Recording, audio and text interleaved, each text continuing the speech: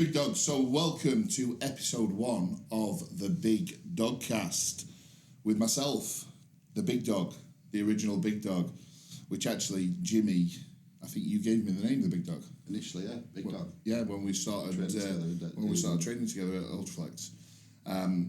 Co-hosts, Classic Physique IFBB Pro Jimmy Tonk to the right of me, and the Doctor, which nobody actually still knows his real name.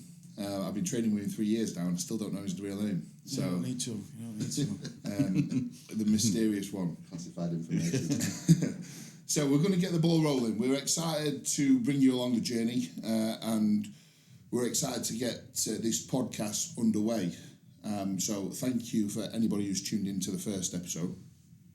I just want to give a couple of shout outs before we get going. Firstly, I want to give a shout out to Dee at Engineered Muscle, who has kindly put her time and effort into creating a fantastic logo for us. A few people have said, "Isn't that same as Engineered Muscle's Turbo's logo?" yeah, it's very similar.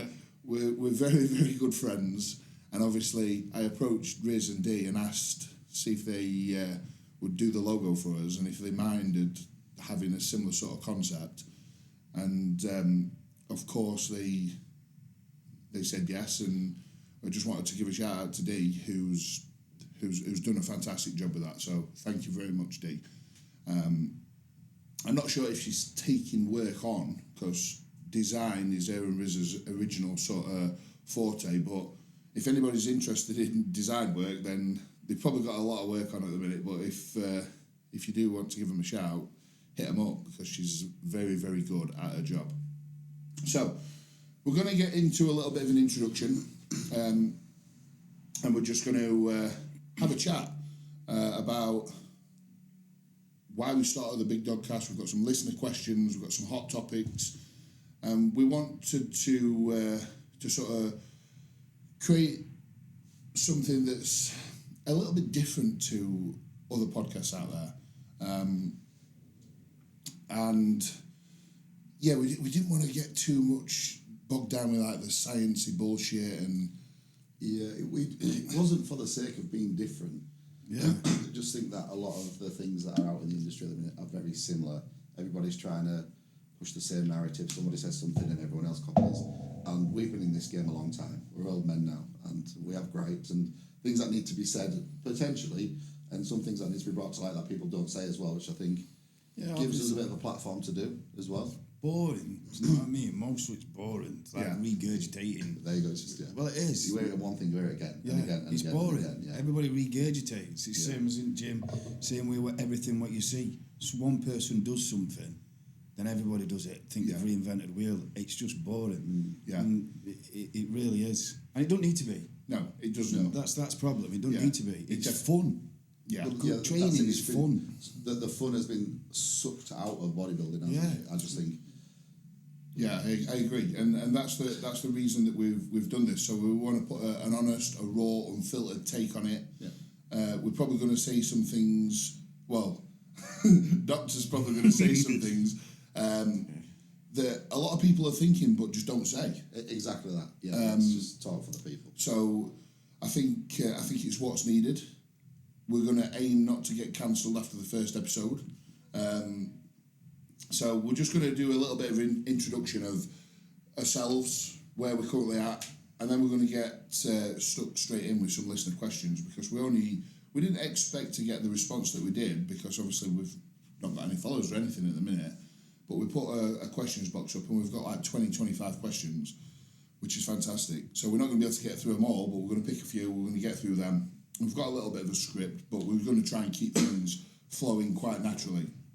So, who we are, firstly, I'm going to pass the floor on to Jimmy T, and Jimmy, just give us a brief rundown of who you are, what you're currently doing, where you're currently at, and plans for this year. So, for anybody who doesn't know me, IFBB Pro in Classic Physique. I'd say, when did I turn pro? 2-3 years ago? 2022. 2022, yeah. So 2021. 21, 3 years ago. I won my pro card in Norway after trying for a couple of years. I'm 35. I only started competing when I was 29, so I've only been competing a short amount of time. Done a couple of seasons in the pro ranks, got my arse handed to me, which was a rude awakening because as an amateur, you go in and you're winning all your shows and you think you're best thing since sliced bread. You go to the pro ranks, and the level between amateur and pro is just... It's costly, yeah. It's huge. So, a little bit of a side note, if you are chasing your pro card and you're close and you've not had a lot of experience in bodybuilding yet, probably just take your time if you're close. Just don't try and jump into the pro rank straight away because the level is huge. And for me now, to be able to get to that level is just having a decent off-season, really, isn't it? Yeah, it's just time. So Nave's coaching me. Coached me through last year, and although as a classic physique guy, I may look big in the gym, actually when I diet down, keeping the tissue is the problem. I had some issues with hyperkalemia, hypomagnesia, and rhabdomyolysis, which is just basically losing tissue in a prep. So this year is about getting big enough and then managing that on the way down. Yeah. Start prep January maybe next year? Yeah. We're gonna have a good push to probably the end of April this year. Probably have a little bit of a tidy up. Yeah. Through summer, 8-10 weeks, get yourself in a nice lean position again to have another push to the back end of the year, and then we'll start prep January 2026, which is going to be exciting because we found out a lot of data this last year. Through. I think everything that could have gone wrong went wrong, didn't it? But it's not a bad thing. It's not the end of the world, and it's all learning. Yeah, it's just one of them things where genetically, for whatever reason, my body decides not to absorb magnesium and stuff when I'm getting lean, and it just this year was just a bad do, weren't it? Yeah, but I mean, you had a lot of stress on this year as well. Yeah, you had a big year this year. So last year. It probably wasn't the right time for you to prep, but you needed to focus on something. So it gave you a purpose, and it's worked out for the best in the long run because we found out a lot of things when we were coming down, what we needed to find out to put things in place for next time. Yeah, it's better to do it now than it happened when I'm maybe more competitive. The goal for me as a pro or any pro is to get to the Olympia. So my goal next time I compete will be top 5, something like that. Yeah. Then try and go top 3, and then obviously a win in the next. Because I'm relatively young in terms of my actual competitive age, only competing from 29. So for the last 6 years, I think I've still got a good 5 to 7 years left of competing, and I think I'm about 2 or 3 years away from my prime actually. Yeah, I agree. My body's still quite young in that sense, so that's the aim. Next 2 or 3 years, be competitive enough to start trying for them top spots in classic physique on the pro circuit, and apart from that, online coach and just a dad to a couple of kids as well. So I'm juggling, wearing many hats, but it's something that I love to do, and that's it for me. Yeah, so we're all coaches. We've all got our own coaching business, so we will be popping all our details in the description if you want to contact any of us for coaching. And then moving on to the doctor. Yes. The doctor. So give us a little bit of a brief history and rundown of... Well, I'm the doctor, aren't I? I'm everybody's favourite non-IFBB pro, leading author of the Strudelhausen Theory and the Doctor, the Encyclopedia of Bodybuilding. So if you've not seen them, get them bought and read them. Amazon It's trending on Amazon. Yeah. Amazon links. It's top book, innit? Every year. It's unbelievable. But yeah, an online coach. I just like going to gym. That's it. I just like training. I don't compete. Too old to compete. 40. That's about it. That's really your training partner. Yeah. That's the reason you're so good. It's me. It is all down to me. But yeah, I don't really say much, but when I do, it's always right. So, me and the doctor's been training together for probably 3.5 years now. Just before you won your pro. It's been a while, hasn't it? Yeah. So it's been 3 years, 2021. That's why I won it. It's been great having a consistent training partner who is passionate about going to the gym and has got no sort of bias towards any training style. He just likes training, and the reason that I respect and like training with the doctor so much is because he does not mince his words, and he doesn't blow smoke up my arse. He tells me when I look shit, he tells me when I look good, he tells me that I need to pose, I need to do this, but I need to do that. And he's just honest, which is his raw, unfiltered self, which is great. And he's been training since you were, what, 16? Yeah, 15, yeah. Yeah, 25 years. He's been training 25 years, so 25 years is a long time in the gym. So he's seen a lot of trends come and go. He's worked with top-level coaches before for years, so he's built a foundation of knowledge, both what he's learned off his previous coach, Joris, and anecdotally what he's seen from responses from himself with different training. And I think you've been coaching now, what, 2 years? Yeah, 2 years, but I launched properly a year at 31st of this month. Yeah. So it'll be a year since I launched it properly. But obviously, I mean, we could go into something here, but... Well, go into it. Do it. Do it. I mean, like... I've done what I mean is, I am relatively new as a coach, but that's not really what it is. Yeah. Because I've done 25 years, I've done my apprenticeship. Yeah. Do you understand? You understand what I mean? Yeah, I know what you're coming from. Like you see all these coaches now, which absolutely fucks me off. But it does. Like they've done a 12-week diet, right? They do a 12-week diet and they become a coach.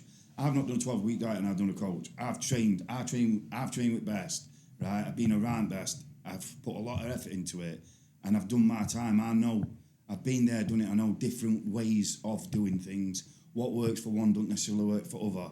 I'm open-minded. Right? That's what really does me with this industry at the moment is like somebody does a 12-week course and they're a coach. Do you know what I mean? Or do one show. Or do one show and they're a coach. Imagine, right? Leaving school and going to work and doing 12 weeks with your dad as an electrician and then coming around to rewire some fucker's house. It's true, yeah. It's exactly the same. You go on. You might be able to wire a socket, but you can put plug on. You can put plug on, but that's as far as you're going. Because that's all you've seen. That's all you've done. Put plug on and go and make a cup of tea. Yeah. So, like, all these people who've done a show and they go, well, I've inspired somebody. Yeah, it's sound. You've done well inspiring somebody, right? Brilliant. You've got your fat arse off a settee and you've got him in shape, right? And you've inspired somebody. That does not mean that you can be a coach. Yeah. That's my problem. You've inspired somebody, right? My mate over day, at Christmas, inspired me to go and buy a bacon sandwich, right? He's not opened a fucking sandwich shop, has he? Do you know what I mean? He's still a builder, yeah? That's what I'm saying. Like, I seen somebody the other day, they've come as a coach, followed them all last year, right? Every time they did a show and they didn't come place, roaring, right? On camera all the time, like as though it's the hardest thing in the world. To every show it's somebody else's fault, it's this, it's that, how hard it is, everything else. Become a coach, right? What's that person going to do for somebody else? This is my problem. I know I'm going on like a tangent here, but this is what needs to be said. But what I'm saying is, like, I might have only launched it. I should have launched it years ago. Which I told you to. Right, yeah. You always told me to. And I should have when it's been not as... It's not... it's saturated. Yeah, but cream always rises to top. Yeah. Right? Yeah, all these people, they'll not be anything. Do you know what I mean? Because they'll get caught, they'll get found out. And... It's a sales pitch now. That's the problem. The problem is it's sales. It's not. Yeah, it's they're not not coaches. They're not coaches. Some of these people are so good at sales, social media marketing. Yeah. There's some fucker in here, right? I swear down. He's twat with a tripod. Now he's got a fucking microphone, right? He's doing all these reels, all these videos. Like, don't make mistakes. I've done this is how I did these mistakes. This is how you want to grow arms. He hasn't got a physique. He ain't got no body. And he's just doing all these, and he'll end up, because of how much he puts out there. We're a client base. We're a client base getting fucking shit results. Like, you know what I mean? Or you've got some fat person who's coaching somebody now, telling people what to do. Like, I'm not saying if somebody's six, like grandma. She's an older woman. Yeah. Right? I'm not saying she has to be in shape because she's an older woman and she's fantastic at her job. Yeah. Right? Training principles, everything. She's been there and done it. But if somebody at 30-year-old, right, in shape, and they're telling somebody to be... never been in shape. And they've never been in shape, and they're telling somebody to be in shape, there's something drastically wrong with this industry. Yeah, I agree. I think you've got to have walked the walk in some form. So as you can see there, we went straight off on a tangent. But that's the doctor, and that's what you're going to get. That is what you're going to get from this podcast. So, and I think that's one of the reasons that you've been so successful and have built a solid client base over this last year. Oh, straight away, yeah. Because you're honest. But you've also got results quickly. Yeah. You haven't just saturated your audience with bullshit and fancy reels, and you haven't gone to a business coach, which is another thing that fucking winds me up as well. Yeah. Because I've been a coach for many years now, but when I've tried to just inquire with business coaches, some of the information I've got from them is not one has ever asked me, what do I know? Just like lead funnel or lead generation or this is what you need to do, put this. I'm just like, no, I'll just get someone in shape and post them, and that's enough. Yeah, you know? and they're not bothered about your clients. No, it's sales. Yeah, it is sales. And I don't know about you, Nath, but like, how long had you sort of been in a position before you started to actually be a coach or charge for coaching and say, this is because we've been in this a long time, and for me, I owned a gym before, and I was helping people for a good 5 years. Writing it on paper, coming to the gym. You've got an holiday, come to me, I'll sort your diet, and PT in the gym. And I didn't charge a penny for that. No, because I felt like a dick. Like, I'm not going to fucking charge money for something I don't know. So I'll be like, well, let me have a look. All right, well, I know when you do this, that works, and that worked with him. So you've done your apprenticeship? Yeah, but I wouldn't dream of just saying I'm an online coach when I don't know what fucking that's doing. what I'm saying. You've done your apprenticeship. You've done your apprenticeship. It's like well, when I worked in sales, I was writing people diet plans out. Yeah, people come to you because you were in shape and you knew what you're doing. Yeah, exactly that. Yeah. So just because I'm in shape, like, people used to ask, "Oh, what are you doing to get in shape? Can you do me a diet? Can you do me a training plan?" So I can remember being at work as a car salesman. It's not like I'm going to get sacked because I'm not there now, but obviously as a car salesman or when I was in asset finance, and I'd be on the laptop writing people's diet plans out rather than actually doing my own work. Yeah. And then when I got with Phoebes, she pushed me into doing personal training qualification, and I worked as a personal trainer on the gym floor for 3.5 years. And then alongside that, that's when online coaching started taking off. So I had a couple of clients who were online, and I took a couple of people to stage. I want to do a show, can you help me? So I took a couple of people to stage in 2017, 2018, 2019, and then COVID forced me to go fully online. No, but that's what I'm saying. So how many times been in shape? How many people you got in shape? How many people you work with on gym floor? Right? And it still took COVID and me to be in your tab to say, do it, right? To do it, go for it. And that's somebody like you, who you go in gym and you think, fucking hell, massive, studying gym, like how's he got like that? Like same with you go in gym, you think, these know what they're on about. It's not just about being on stage, you're in shape, your clients are in shape, your clients are also good up here. Because what all these people have done a 12-week diet and then become coaches, it's not just about, it's knowing when to push and when when to pull somebody back.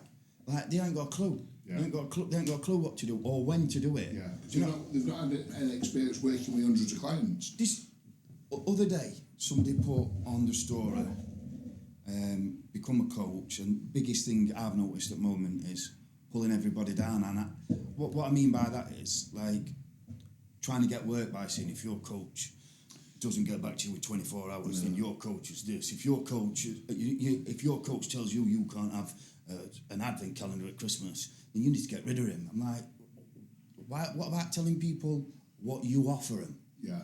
Right. Instead of giving them a false sense of what other coaches should be doing. Right. So it puts a story out. Puts I'm not just one of these normal coaches. I make changes every week to your plan. Now, how?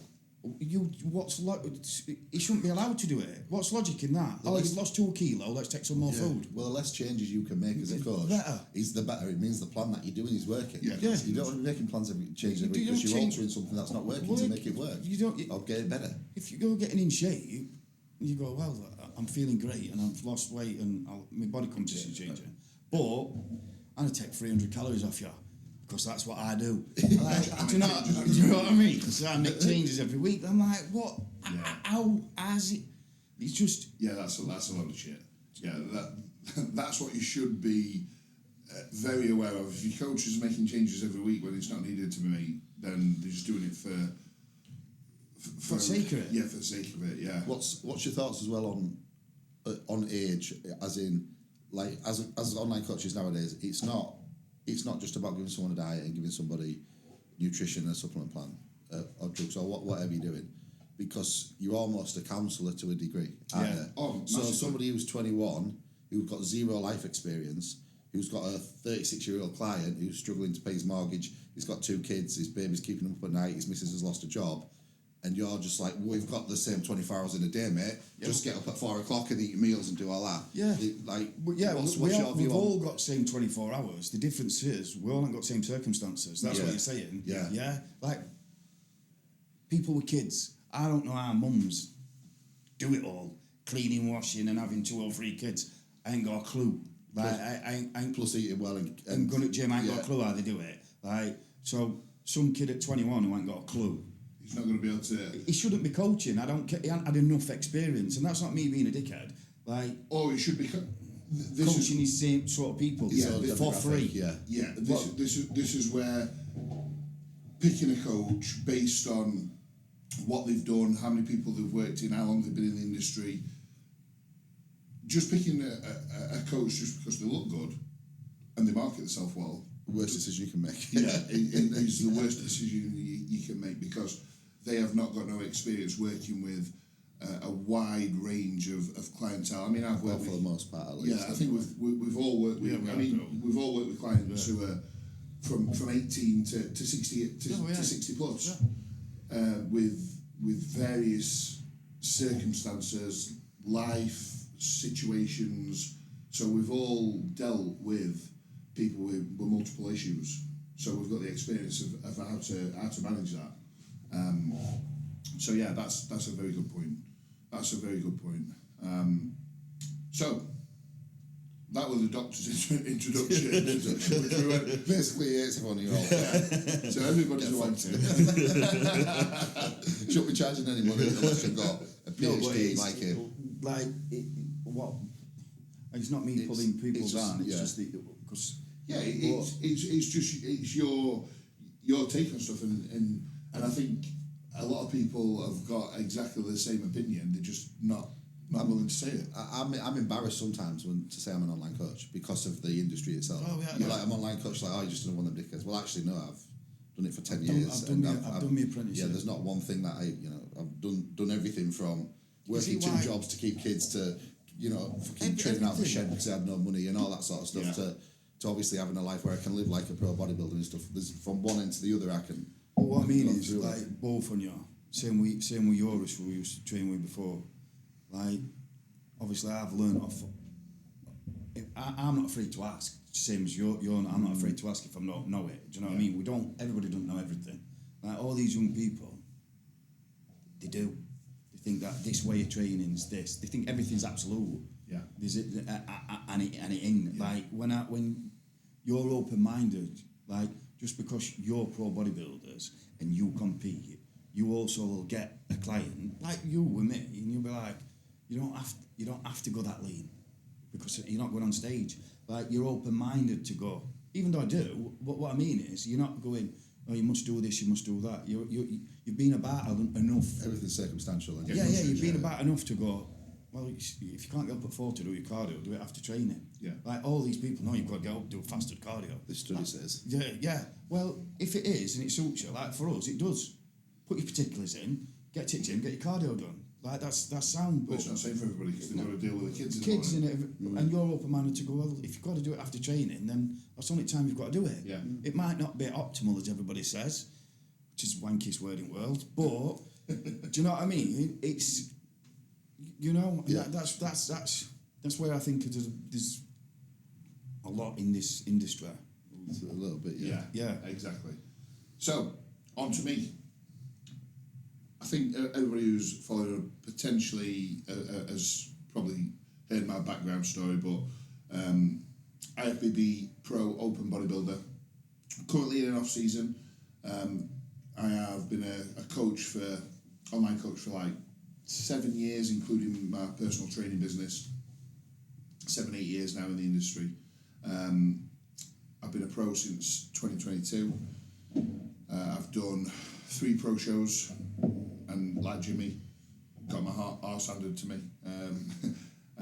My pro debut I made top 10, which was a good result, but the gulf in class from being a top level amateur, super heavyweight bodybuilder, to being a good open pro bodybuilder is massive, and you soon realise that when you stood backstage and you're like, wow, yeah, is he real? Yeah. Like, wow, they just look plastic, don't they? They look like real. Yeah, so I've just recently started self coaching, which is exciting. I'm very excited for the journey. But the good thing is I've got people around me like Jimmy, like my training partner, like close friends like Oscar, and obviously Phoebes as my second pair of eyes. But that's sort of reignited a bit of a passion for me, trialing new things, and trying to learn a little bit more about my body and how things work and how I'm responding to things. I've had a fantastic experience with all 3 coaches that I've worked with previously, and the door's always open to work with those guys again. So my goal for this year is to probably push, very similar to Jimmy's timeline. I'm going to push until end of April. I just had my blood work done yesterday just to see where my hormones sit on this current cycle, because it's something that I've done differently. And if I need to adjust things from there, I will do.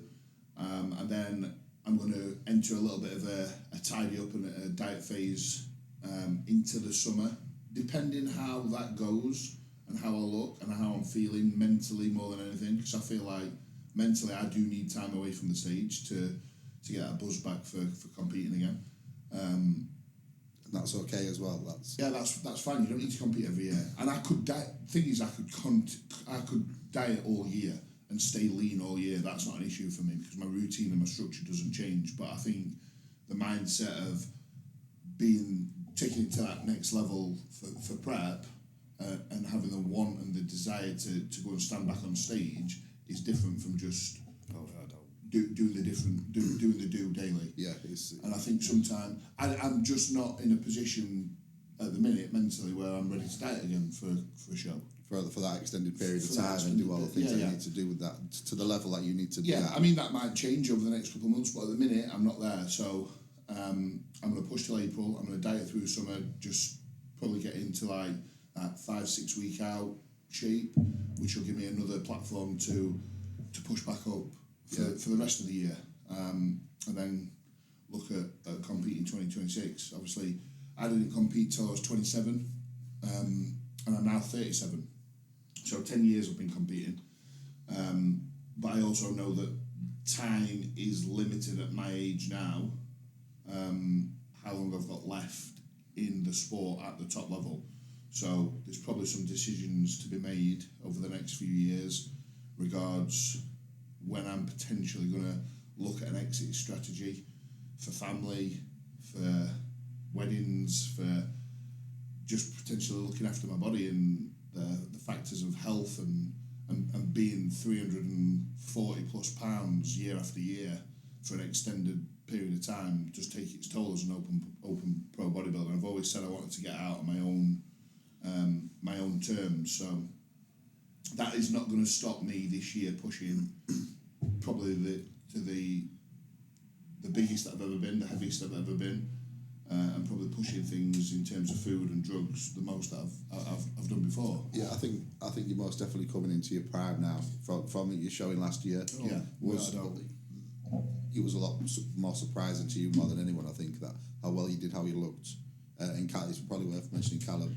Got you in the shape for that, and you've been working with for a number of years, and even to me to see you there, I was like, all right, okay, because when you won your pro card, you openly said, I'm not going to be able to do anything in the pro ranks. I'm just going to turn up.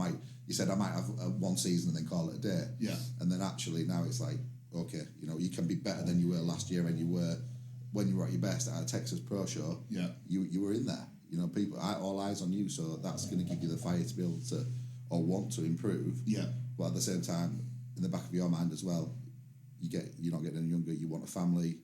You're getting married to Phoebes. Yeah, and that's sort of something that's playing on your mind as well. But for now, bodybuilding is still first. Yeah, and it's and that is not going to change for the next 18 months to 2 years. Oh no! And this weight, what 331 this morning. Yeah, you've not been this good at 331. I've not been this lean at 331. And felt this good. And then felt this good. Yeah, I've not felt this good. I've not looked this good. I've not performed this good up until this last week or so, which is a little bit frustrating. Just fucking ongoing knee issues and a little bit of tendonitis kicking in, but that's manageable. But yeah, it's been positive. It's been a positive sort of period post show and a start to this off season. So, and what do you put that down to? Different to what we did last time?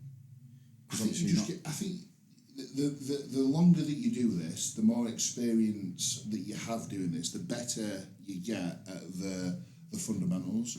Even when you think you're doing everything right, you can always get that little bit more out of everything that you're doing, whether that's sleep, whether that's recovery, whether that's diet, whether that's hydration, whether that's training. Like this, and I just think it's just time. Like consistency over time is the key to this game.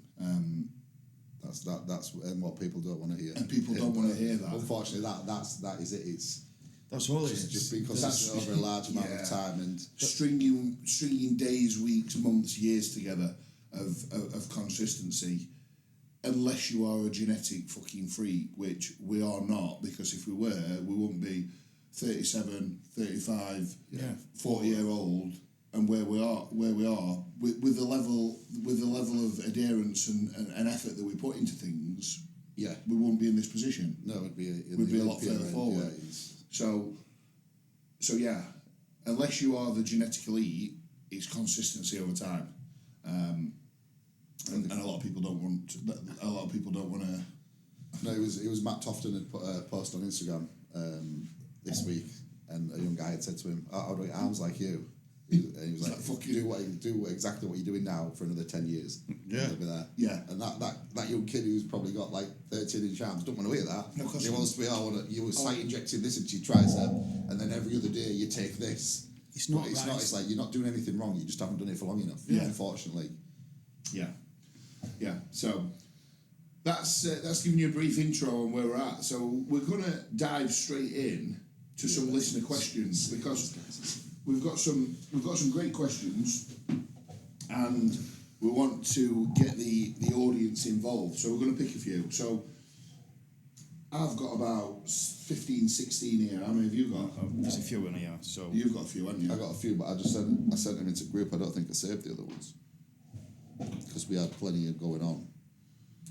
Which we appreciate everybody getting involved. Yeah, so keep them coming. So yeah, definitely keep them coming. We'd like to be able to be the voice of the industry. Like no one's going to get named. We can even do like a NGL thing. We can do one of them. It could be anonymous, but it's also worth saying as well. This isn't a podcast just for to slag everyone off and hate. We are grumpy. I'm a grumpy old man. Yeah, I am. Doctor is. Nave's a little bit in between. He's more glass half full, but it's also to uplift and to inspire. I think because there is a lot of good things that come out of this industry, and you can leverage it for everything it's worth, and you can live a great life, or you can feel great. And bodybuilding will provide people with a life that they could never have, and whether that's just how if you're feeling good, or if you can leverage money from it, whatever. And I think it's important that we can, show that as well, rather than just calling everyone a cunt. Right. So what I'm going to do is I'm just going to randomly pick 2 or 3 off of each page that I've got. We're going to bank these and we're going to save them because we've got loads that we can go through. So we're probably not going to get through them all. But I'm going to start off with basically a proper just pure bodybuilding question, which is from Alex. Alex Nugent Coaching. In your opinion, who is the best open bodybuilder of all time? Ronnie Coleman. Well, for me, Dorian. For me, Phil Heath. Oh. So Why Dorian? Because it's when I started wanting to go to gym being young. Do you know what I mean? And not just that, I just think like his presence on stage, like and his back, and I just liked how he trained and just like him as a human. Do you know what I mean? No bullshit, no fancy things. Nothing. I think it's a little bit nostalgic as well. Yeah, because that's how we.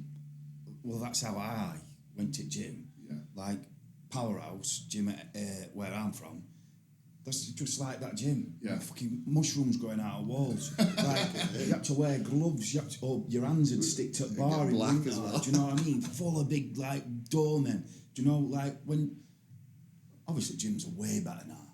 But as an environment, them days were better in that gym. You weren't forced to train ever. You were forced to train hard because they were big blokes, and you weren't allowed to. So what would have happened if you walked in with a tripod and a you'd have got a slap. You'd have got a slap. Do you know what I mean? I can remember one of my mates coming in the gym with a belt, with about 16-year-old, a belt and some fingerless gloves. Do you know what I mean? The lifting gloves. And he goes, "What are you doing with that belt on?" He says, "What?" He says, "You don't need a belt. Make your back strong. You don't need a belt. You're not picking weights up." He goes, "What the fuck are they on your hands?" He says, "You what?" He goes, "Put your hands like that." He put his hands like that. He went, "Nah, take them off." Right? Do you know what I mean? But they were proper blokes. But like because listen, I'm not being funny. It's full of puffs, isn't it? Do you know what I mean? No, but it is. Today's society. There's a lot of snowflakes. Yeah, you can't say, it's bullying. Do you know what I mean? Everybody, if it were now, everybody would go, them blokes are bullying you. No, they weren't. It was character building. Yeah. It was character building. If it was best time ever. If we stepped out of line, they'd have ribbed us. Not hurt us, but they'd have let us have one. And you'd have known about it, yeah. If we'd have been telling one of them how to train, like people do now, right, they'd have lobbed us through the door or something. Do you know what I mean? It was proper. And that's from that era, Dorian's era. Pictures of him on wall, videos are him training with Leroy. Yeah. Do you know what I mean? It just even now, if you watch them videos, you want to go training. Yeah. Blood and Guts. Blood and Guts is the classic, isn't it? Yeah. So I think for me, Phil Heath, because it's my era, my generation. I'm not saying he's the I mean, for me, it's the physique. Yeah. Not towards the end of his career. What is it? 2012, 13, 14, 15. That's when he was at his peak, and I thought from an aesthetic, balanced, complete, just overall package. I think he was more or less untouchable at that time. Yeah, it was beautiful. It was just beautiful to look at. He was just fucking so dense and bubbly, and his condition, and his presentation, just everything was fucking incredible. Skin tone, like classic. Just everything. So I think for me, as a bodybuilder, personally, there's no doubt Ronnie's the king. In terms of sheer mass and condition, and he's won 8 Olympias. But I prefer Philippe's physique. Oh yeah, no, absolutely, I do as well. I would prefer if I could look like any open bodybuilder, it would always be Philippe, without a doubt. But in terms of being a bodybuilder, I just think Ronnie was the GOAT. Just head and shoulder. And the thing is, when we're referencing everything, I say it to my clients all the time, we're referencing this. And there's this new thing come out, and there's that new thing come out, and there's this new diet or this new training split. We've got Ronnie Coleman. It's there. Lift fucking heavy, eat a lot, and recover. Yeah.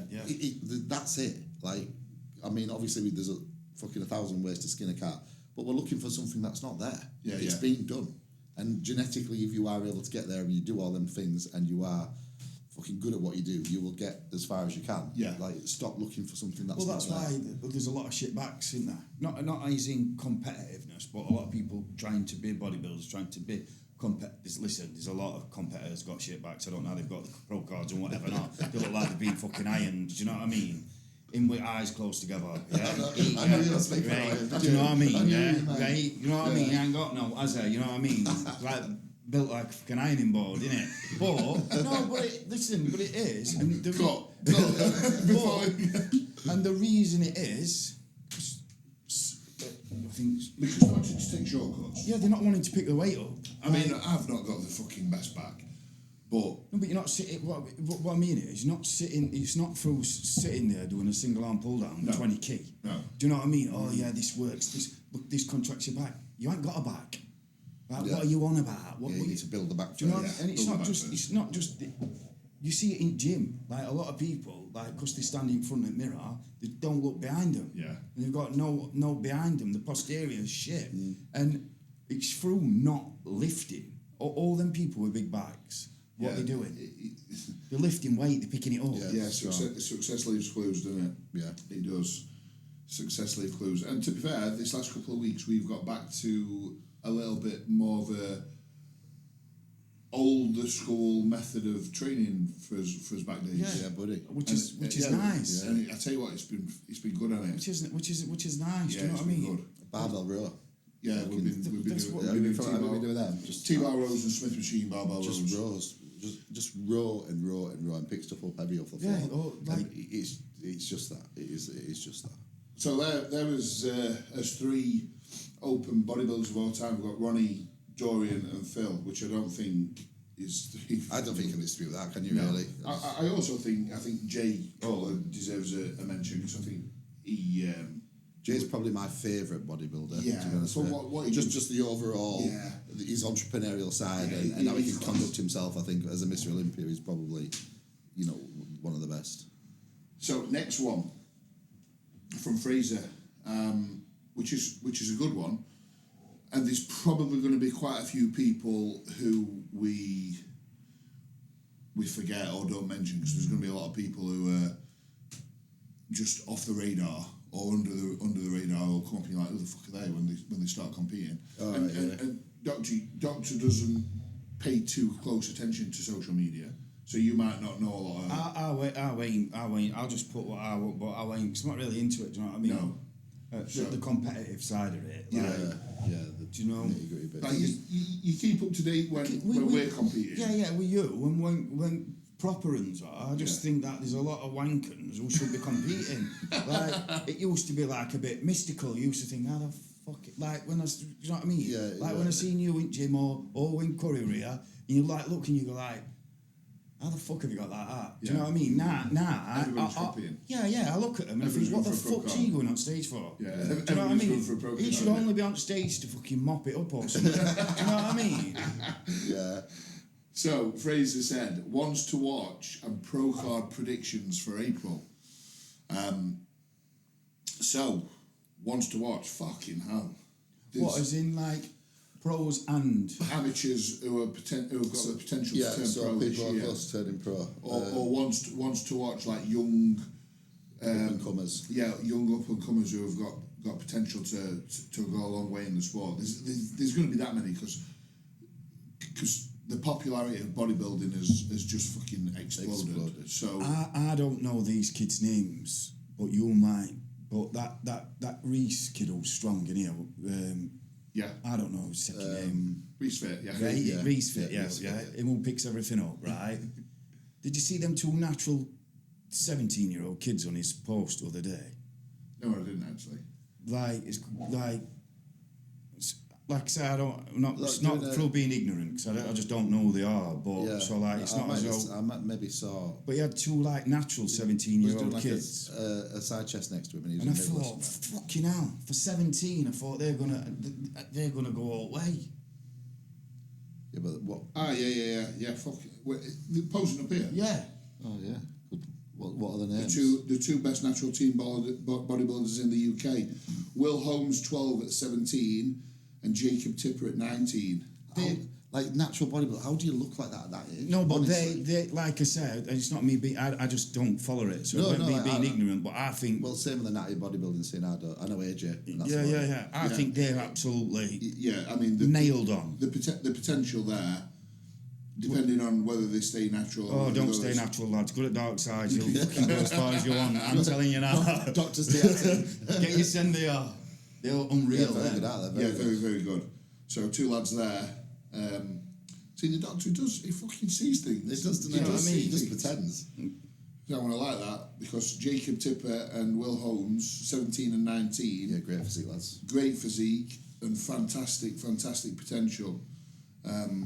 Coached by Reese, who is one of the fucking strongest humans fucking known to man.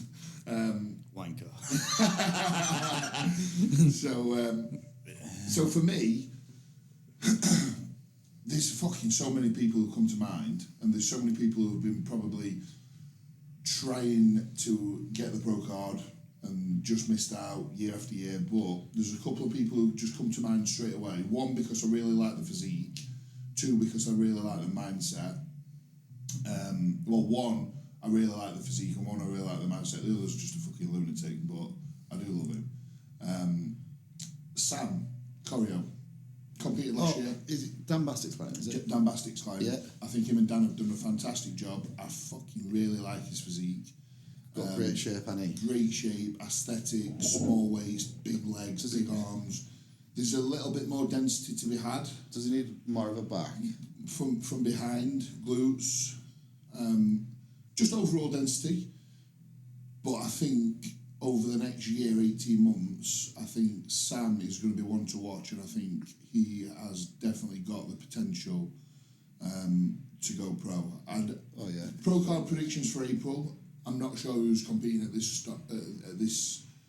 first part of the year, but I think Sam's got a cracking physique and got a cracking shot over the next couple of years. Yeah, I think just when you the frame, when you get the density on that, he's not dense, but I think his shape, once you can get the muscle that's hanging off that a little bit more, it's going to be he's going to be very good. So he's one to watch for the future. Good shout. And I'm going to say, as much as it fucking pains me to say it, one of my clients, and you'll probably agree, Kyle. Oh, we are Shay. Yeah, without a doubt. He's a fucking nightmare. He's got a great physique, but I can imagine Kyle sorted out, stop being a mincer. Yeah. His physique's fucking fantastic. Great, and he's. And do you know what? When he responds, doesn't it? Yeah. He's a good looking lad as well. He's got the look. He's got the look for men's physique, and I think he's got the potential to probably push. Does he train hard enough? He does train hard. And he's strong. Yeah, well, that's it then. And do you know when he switches it on in prep, he's on it. What about his off season though? Is this where? I think at the minute, I think he. Some people are different and they're locked in 365 days a year like me, which is sometimes why I find it hard, and I get frustrated with clients who are probably not as locked in as me, and they're a little bit more relaxed in their off season, and they're not as on it with a diet, and they don't prep the food, and they just grab a fucking sandwich or a Subway or whatever because they've not and they've got the potential to do that. And they've got the potential to, and I think some people need that, but I'm also like, but how good could you be if you were 100%? Yeah. So that's what frustrates me.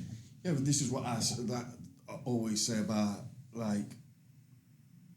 one doesn't suit all, because for him, he needs to be doing that because he's got the potential. Whereas you see all these idiots who haven't. But does he need that little bit of a mental switch off? As long as so he doesn't burn out burn out, because as long as he's getting the calories in and he's training hard. That might work for him. Genetics will take care of the rest, essentially. Genetics could for now, until he gets to that level where he's with the best in the world. And then, the people with the genetics are doing the thing that he should be doing. Then he needs to start doing that. He needs to start doing that. Yeah, but I do think Kyle, this year, April onwards, if he brings it, he's got a good chance. But I don't want to blow too much smoke up his arse. I try and keep him grounded because you believe it now when he's watched this way now. His mind wanders. They'll have Fred West on in gym next week. So yeah, I do think Kyle's, he's got potential. If not this year, if not this year, then next year. And he's a good-looking kid. Do you know what I mean? I know it's not about that. Do you know what I mean? Well, men's physique division is. Do you know what I mean? He's got it. And he's got what he needs. Yeah. Yeah. And I tell you what else, if he, this isn't me pulling out down. I'm just saying, Jamie Harrison, when he was in here that day and he was shredded, and we looked at him a few weeks out, weren't he? Yeah, and you were like, I don't know if you'd been here or whatever, or you'd seen. I'd seen it. I saw it. I said to you, you come up and I went, like, I've seen Jamie, and you went and had a look. You were like, fucking. Yeah. He looked unreal. I don't know if he'd like, I don't know about what his peak were or whatever, but if he'd have just gone on stage like that day. Yeah. I think sometimes it's potentially just, and it's always difficult because the gym look doesn't always translate to the stage. No. And we know that he doesn't. Well, Jamie's got the potential to. Yeah, I think Jamie could definitely turn pro next. Oh, next time he goes on. Next time he goes on stage. He's probably the biggest he's been now, is he? Yeah. And he's in shape as well. Yeah. He likes to eat, doesn't he? Yeah. In his off season, openly admits that. He usually just fucks it back. This is his best. Do you know what? And it couldn't happen to a fucking nicer lad as well. Oh no, he's unbelievable. Yeah, he's a great bloke. Yeah, nice person. He's sorry. Cut that. No, Dad, I'm on a podcast. You're gonna have to ring me back. Sorry about that. And he still works as well. He works shifts, night shift. Does he work for Rolls Royce? Yeah. Shifts. So he still works like coaching. 4 till 4 or something, and he coaches. So again, and this is what I'm saying about his coaching. When we'll go back to coaching, what I've been on about, he ain't just delved straight in. Even though he's got his experience, he's not quit his job and do you know what I mean? Tripod and stuff. Yeah, he's. But again, it's again somebody who can get that good working 12 on 12 off or whatever. Imagine if then all of a sudden he doesn't have a job to go to, and then he can get up at fucking 6 and do his cardio and eat all, and then that's, and we that's get to see him here, and he has. This is his best off season. Oh yeah, it's his best he's been. Yeah. And you can see his arms and his shoulders, and he's brought his chest up. You know, his legs have come up as well. Yeah, and he's he's had injuries. Yeah, he's had issues. Yeah. I mean, he doesn't need to grow his back, does he? His back's fucking massive. Like a big tranny van.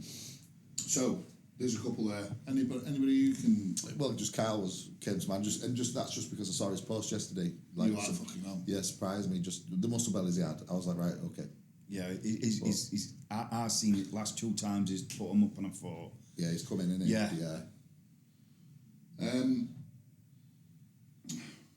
Well, there's a fucking lot here. There's a lot here. What do you think, Jim? Which one do you want to go first? So that's page 1. So we've done Alex's and Fraser's. Well, I've got one here because somebody put one and I thought it was good, especially like because. Go on then, send it on. Go on then. If you could be coached by anybody, who would it be? If you had to have another coach, who would it be? Somebody messaged me that, and that's good. Yeah, and we're not affecting anybody because we're all doing something. Yeah, we're here. So it's not ruffling any feathers. So if you could be coached by somebody, it's a good question. Past or present, just anyone. He just said anyone. So at any one point, like. And I thought it was a good question. I know mine. Go on. Jordan. I've got a sauce.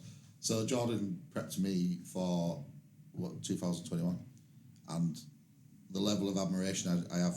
Well, just for all my coaches, but if Jordan would have told me to eat white dog shit, I'd have said how much do you want me to eat and how often. Yeah, because you believed him. Because and some calls he made in the prep, well, I just wouldn't have done it.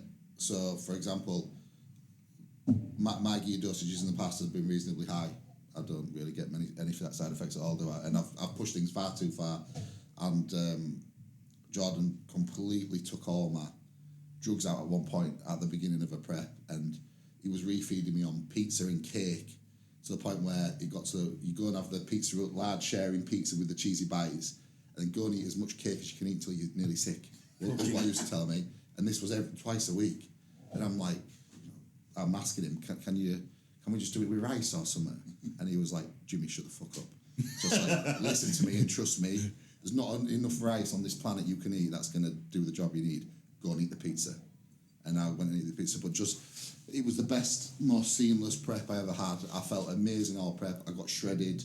It resulted in a pro card, and just, I don't know, it's just, and Jordan obviously is a massive name in the industry. Massive, yeah. But it sort of went more than that for me, and I don't know what it was. It was just something that... Yeah, something that clicked that. Yeah, and then obviously stopped coaching anyway, but if he ever came back to coaching the athletes, the first, I would... Imagine if you were a coach now you've just said that, you'd have a rate influx, wouldn't it? What, Pizza and cake? pizza and cake? But I can do it. It's true, like, as the calls he made was like, he literally said to me one day, what do you eat that sits well? Do you eat burgers? I said, well, when I eat burgers, not really ever happens. I was like, every time I finish a show, I will have a pizza, and we all know, like, the next morning I wake up and look fucking mint.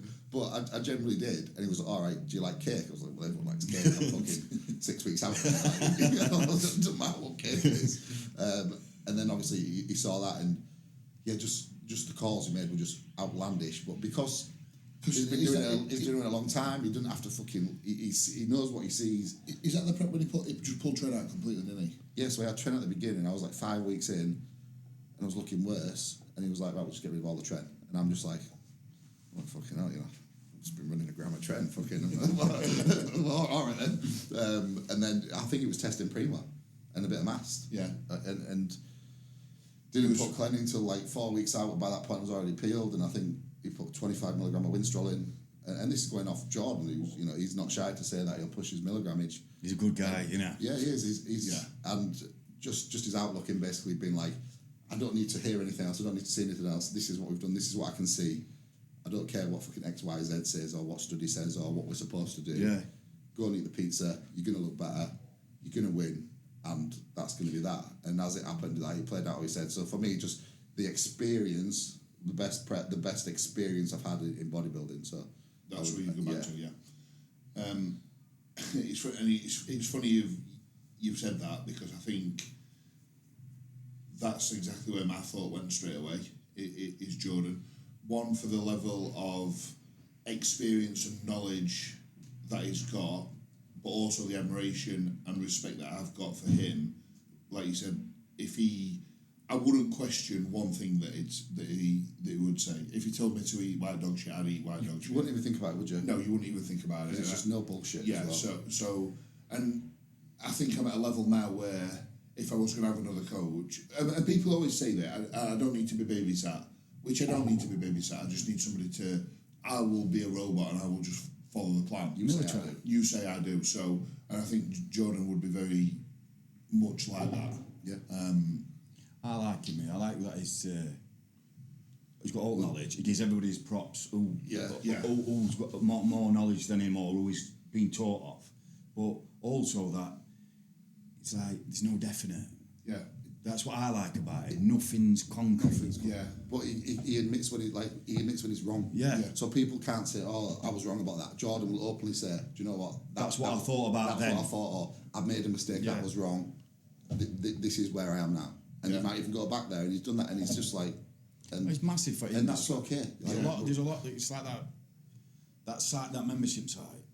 Like, there's a lot of knowledge. What a lot you can get off there. 100%. You can coach yourself off there. You could have Nath as a coach on there if you wanted to. Yeah, for what is it? £10 a month? It's going up, is it? Or is it £10 a month or something? Yeah, $7.99 doctor. You'll get you'll get 10% off the IFBB website. No, but you know what I mean. That's right. There's a load of knowledge there for you. So yeah, because you can ask as many questions as you want on there and get as many answers as you want on many different IFBB. And I'll tell you what now, while we're talking about him, his Instagram.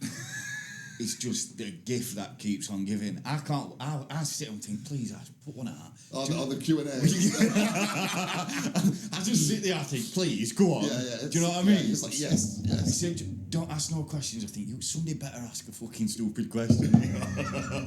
You have zero muscle. Do not worry about this. When you've got no back. Do you know somebody asked about lap bias movement or something the other day? Because like when you've got no laps and no back, it don't matter. You just pick things up. But just imagine how frustrated. Like we get frustrated anyway. But imagine how frustrated he is. Like you can see it, can't you?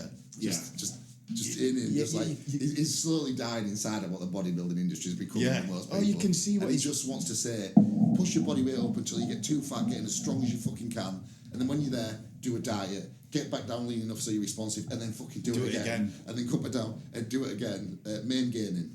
Yeah, that's a great minute for me. Main gaining. Fucking hell, we'll get to that. Yeah. How long have we been running? We want to try and keep these to about an hour. I ain't answered my question yet. No. But I don't want. Jordan Pierce. You wouldn't have me, would you? I don't compete. Do you know what I mean? I'd be on question thing, wouldn't I? If it give me a thing. Do you know? Let me. Can I have a guess? Yeah. Grandma. I was going to say grandma. No. Zach. Fotheringham. Yeah. Pro coach. Yeah. I just think. No bullshit. No bullshit. And I just like everything he puts out. And you look at his client. He had some right results over the last 18 months. Yeah. After 18 months. I think the last 6 months as well. I think he's got to be. He don't overcomplicate shit. No, and he's got to be one at best. He's got to be at the moment in this. He's like you look at his results. He's good. And I obviously I'm not big. I don't want to be big. So it'd be based on results he's get. I'm not saying I make good like all them pros bodybuilders, but what I mean is that's the look I like. Yeah. Do you know what I Do you know what I mean? Like Jordan for you two, you're massive. Do you know what I mean? Like like I'm not, and some people he works with. He does good with a lot of men's physique guys, doesn't he? Yeah. And I think I'd work personality-wise, it'd suit you as well because he's no bullshit. He's like a normal bloke who's just doing well. Yeah. He's just like us, we're just normal people who are just good at what you do because you've done it for long enough. I just think like. And do you know what? Like Zach's background, a military background. He's just got. He's a dad, and he's got kids. He's walked the walk. He's had the fucking hard preps. He's done the cardio himself. Smack somebody if he wanted. If he didn't agree, he's done it. He's done it. That's what I'm saying. That's what I'm saying. That was a sealed deal for me. All like, if I had to, it'd be with him because. Like, if you piss him off, he'll fucking bang you out. Well, you fucking cheater. Do you know what I mean? I do. I think he's. Good shout that though. Yeah, good shout, and definitely worth some recognition there because, again, I think he's a coach that's a little bit not under the radar, but he just doesn't seem to get some of the recognition that he deserves. Should be. He's up there. Really up there. Really great year, hasn't he? Really great year. So Zach, shout out to Zach at Pro Coach. To be fair, the boys at Pro Coach. Callum's built a fucking fantastic team there. What about the one with Test and Mast? Right, yeah, so that were a bad shout. Andre, so there's going to be a drug one. There will be some more drug talk, but Andre's asked thoughts on using Mastron E. I don't think it really matters what ester it is really, but thoughts on using Mast E during a cruise phase to make up the milligram. Test alone aromatise. So Andre's English is not great. He actually trains here at Ultraflex, but I'm guessing is a high aromatizer. So what's our thoughts on? So what do you mean by what? Because it's 200 and not 100. So is he trying to make is he trying to make a milligrammage of test up to be a? So what I'm guessing here, I did write a few notes on this. He's saying thoughts on using Mast E during a cruise phase to make up the milligram. So the cruise phase is what now? Because my cruise phase is not what somebody else's cruise phase is. Yeah, but that's what I'm saying. Yeah. So is a cruise phase now classed as actual TRT, which but then for some people could be 100 milligram. Or is it sports TRT? Or is it sports TRT? Or is it a TRT? My cruise phase was 700 milligram last time, which is a fucking cycle for 50% of my clients. Yeah. But yeah, again, it depends what you want. So cruise phase as in pure TRT, are you going to stay in physiological, or what would put you in physiological range? Are you going to go super physiological, or are you going to actually go to paraphrasing Kurt Irving's here a little bit, where 1400 nanogram per deciliter is really from that point when you are anabolic. Anything under that, you're not anabolic. Yeah. So if you're using 250 milligram, technically, and you're at that not at that nanogram per deciliter, you're not actually anabolic for the most people. Yeah. So you're not super physiological. Yeah. So although technically you're out of range for what we want for hypertrophy, you're not going to be there. So But I keep it quite simple. So for me, I do it based on body weight. So usually, depending on how experienced they are as an athlete or as a competitor, I usually work on between 3 and 5 milligrams per kilogram of body weight for a cruise. For a cruise phase. Right. More so if they are a professional, experienced athlete, somebody like yourself, I'd be working more along the lines of a 4 or 5 milligram per kilo. 10. Yeah, 10 for Jim. But 4 or 5 milligram per kilogram of body weight for somebody who's a first timer or not super experienced, I'd probably work more on the 3 milligram per kilo body weight. But if you was looking at somebody at 100 kilograms and you was working at 3 milligram per kilogram of body weight as a cruise phase, it's 300 milligram total. So for somebody who is a high aromatizer, then you could look at 100 milligrams of testosterone with 200 milligrams of mastron. Or a primobolan. Or a primobolan. A DHT derivative. But I think primobolan in most people drives estrogen down too much. So mastron is stop side effects. It's not a SERM, it's not an AI, it's just mildly suppressive of estrogenic side effects, but it doesn't act as an AI, so it doesn't block, and it's not a SERM because it doesn't block at selective estrogen receptors, it doesn't block at the site, but it does mildly suppress your estrogen. So if you are a high aromatizer who's needing to get to that 200 or 300 milligram total, you could use 100 milligrams or 150 milligrams of testosterone. You could use 150 to 200 milligrams of mastron. That is what we're seeing a lot now in modern bodybuilding in cruise phases. What are our thoughts? That's generally what I do with a lot of my clients. No, I mean, if you think about the evolution of bodybuilding, it's moved from coming off completely to cruising to on TRT to sports TRT to now adding a DHT derivative or another compound in to manage estrogen. And I think they're coming off completely.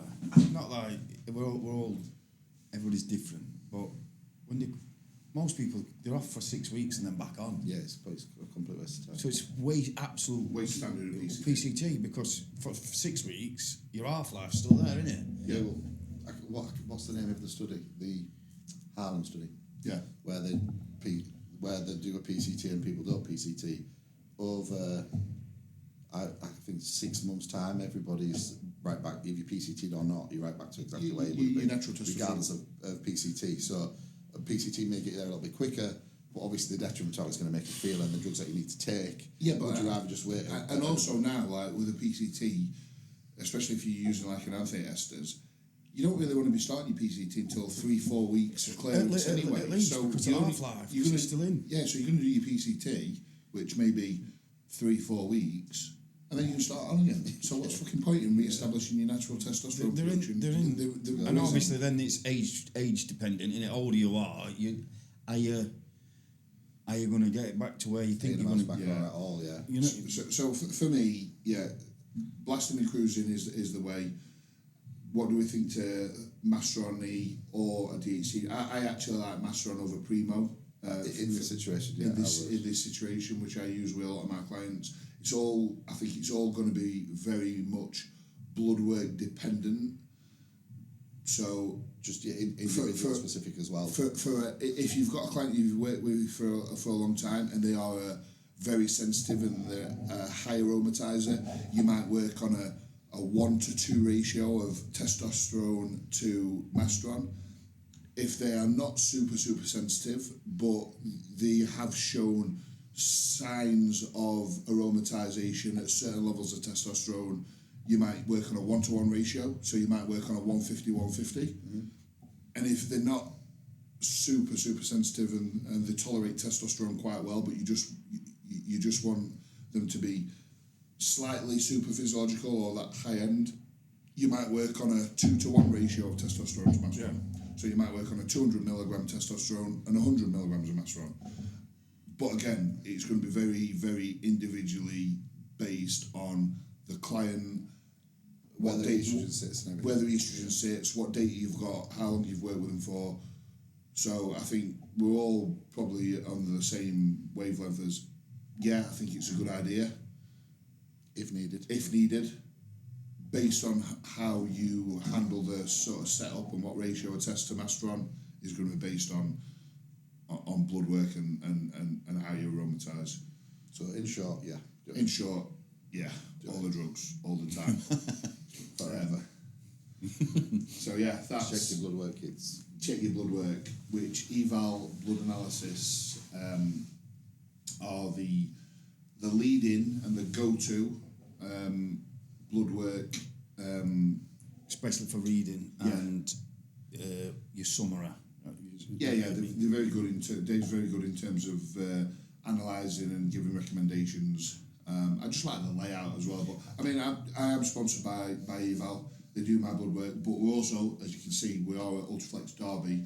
They have now got a clinic 3 days a week here, but they're mobile around the country as well. So just check them out on Instagram.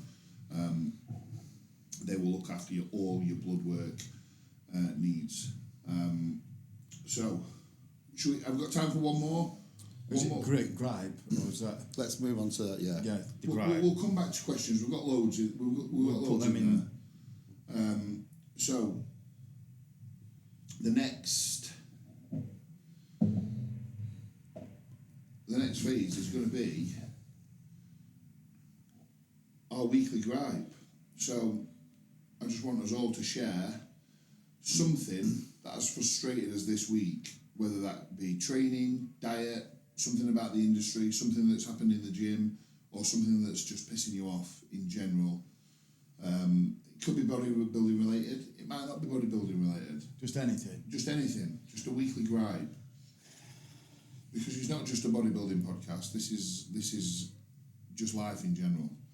And I think it's good to see. Yeah, it doesn't have to just be bodybuilding. It's boring. Like bodybuilding all the time is boring, and I even bore myself. Yeah. And that's what I'm saying. People, what I want it to be is people outside looking in who's. Well, let's say we're normal people. I'll tell you what pisses me off, like next level now, and this will actually tie into like a question that got asked anyway, but I don't want to, because we're going down a massive rabbit hole and a massive tangent, but government and taxes and everyone just getting fucked. Yeah. It kills me. Like, I want to be the most patriotic person ever. I want to be fucking proud to be British, and I want my country to be able to make it prosper and flourish, but it's killing me. I just can't do it. I hate it. It's passion. And everybody that fucking is in charge then everybody just takes it. Like Ben Zoring gets bummed and just wants more. That's like, why that... Oh, that tax, why don't you put this tax up as well? Oh, my water bill. Oh, Tesco, you want to put more tax up. You made £1 billion profit last year, but because you're getting a charge. And though, nothing... Listen, this is we'll probably go down a rabbit hole here, but no one's going to change whoever gets it. No. And voting, people go, did you vote? Oh, you should vote. Listen, it don't fucking matter. Voting don't matter, because if they want if they wanted us, they don't want us to win. So if voting counted, right, there won't be a vote. They won't let it. There just won't be a vote. Yeah. There's a vote to make us think that we're doing something. Do you know what I mean? Yeah. And it's absolutely. And I did put on my story, fuck the tax man this week. Yeah, but that's true. Like, again, we had this conversation, didn't we? Like, about the size of your tax bill, but it's the same. It's like you're working, and you fucking all of this. You pay money, tax on the money that you earn. So you've paid corporation tax, then you pay income tax, and then you go to fill your car up and you pay tax on the fuel, and then you pay tax on your shopping, and then you pay tax on everything. You're being taxed. So the dollar, the pound, the dollar, whatever currency you're working in, is probably worth about 20. You're working for around 20%. Yeah. Well, you make £100 a week. You're not. You're making 20.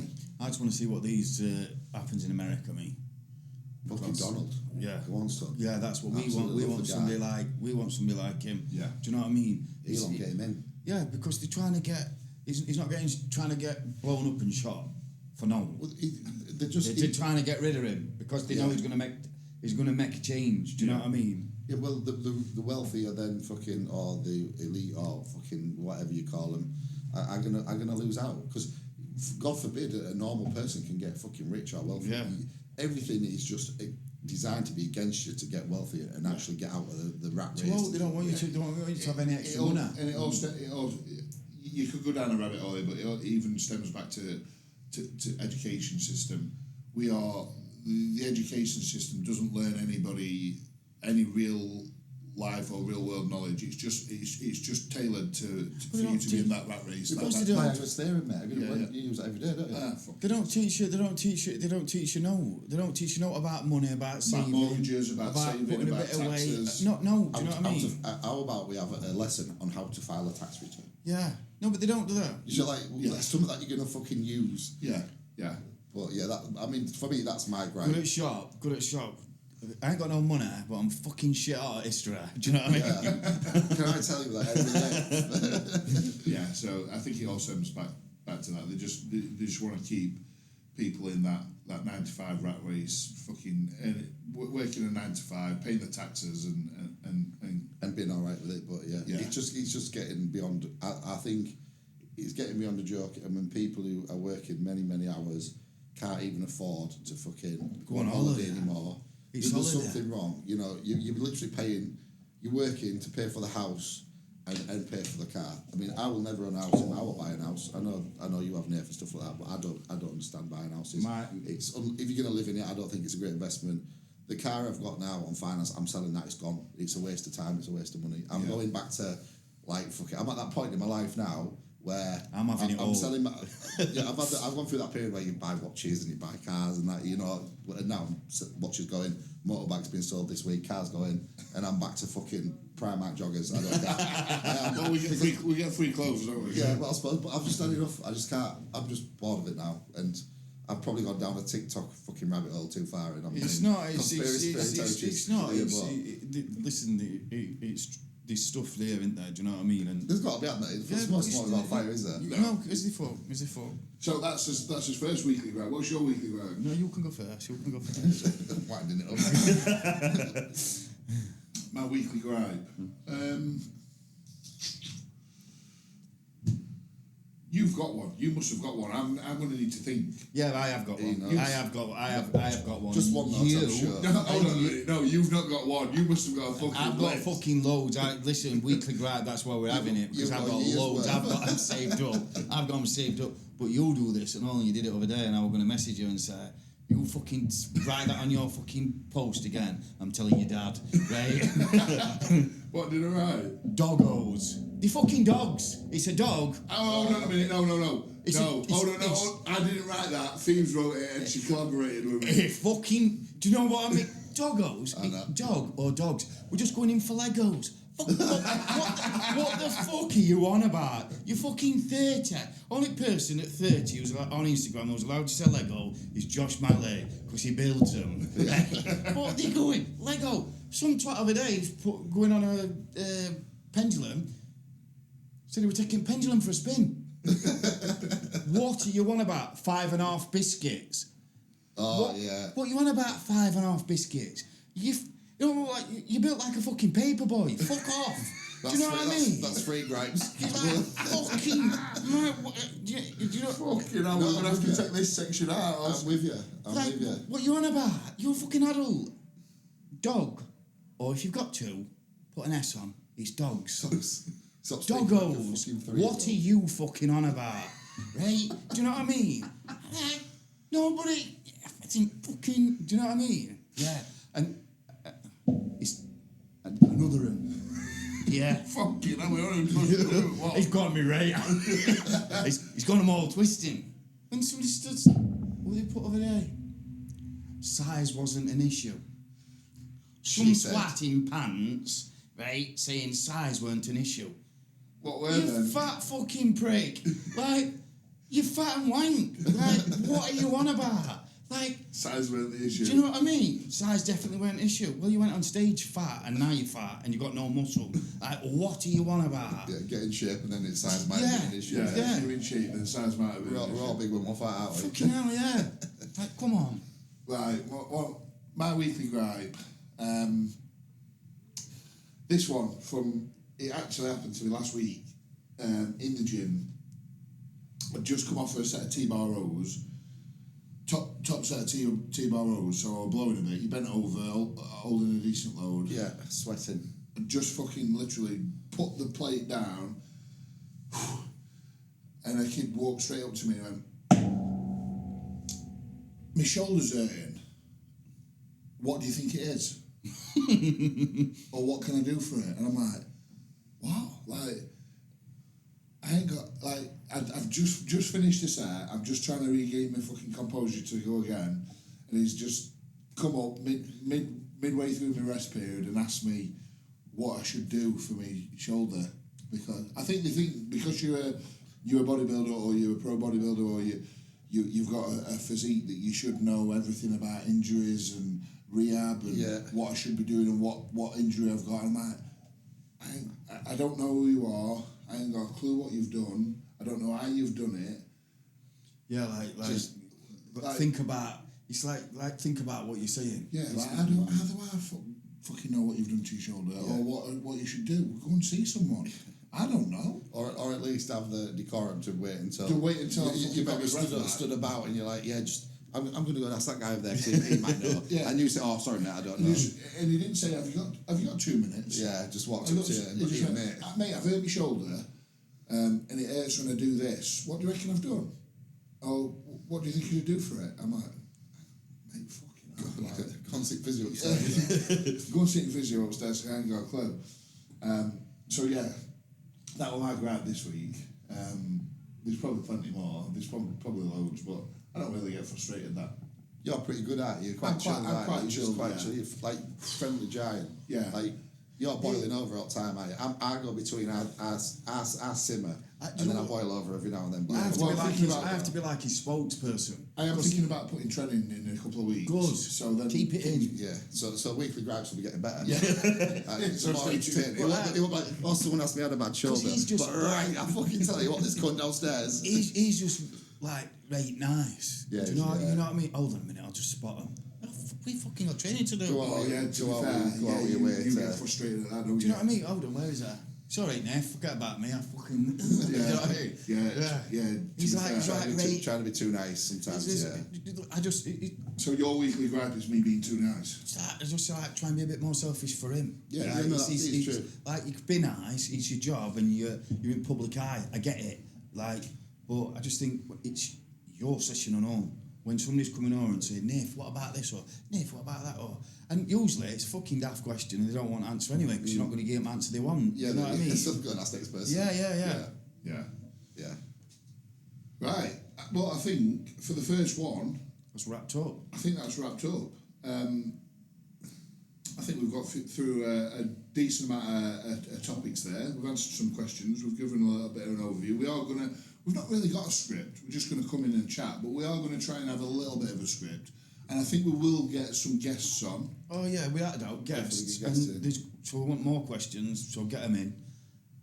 Gripe's going to be on, innit? Do you know what I mean? Weekly gripe. Do you know? And if there's a bit more structure to it, I think there's going to be some more structure to it. Initially, we just need to get it first one done and get it flowing, and just get it flowing, get it out there, and do the reps. Because we are busy at it. It's pretty easy for us just to be like, we're not going to do it, but it's something that we're committed to, isn't it? Yeah, we're committed to doing. Especially for this first few months, we're going to get one a week film. So there's.